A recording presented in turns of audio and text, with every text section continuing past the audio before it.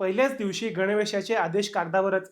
अहिल्यानगरमधील 1.88 लाख चिमुकले अजूनही गणवेश आणि बुटांच्या प्रतीक्षेत. शाळा सुरू होऊन महिना उलटला, पण अजूनही हजारो विद्यार्थ्यांच्या पायात नवीन बूट नाहीत. अहिल्यानगर जिल्ह्यातील ही परिस्थिती सध्या पालकांसाठी चिंतेचा विषय बनली आहे. जिल्हा परिषद शाळांमधील तब्बल 1,88,000 विद्यार्थ्यांना शासनाकडून मिळणारे मोफत बूट अद्याप मिळाले नाहीत.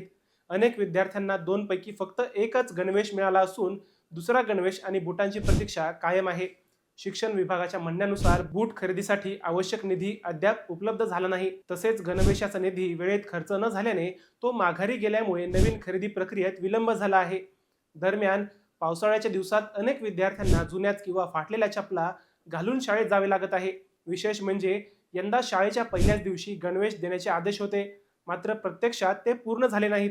आता बूट आणि दुसरा गणवेश विद्यार्थ्यांना नेमका कधी मिळणार याकडे पालक आणि विद्यार्थ्यांचे लक्ष लागले आहे.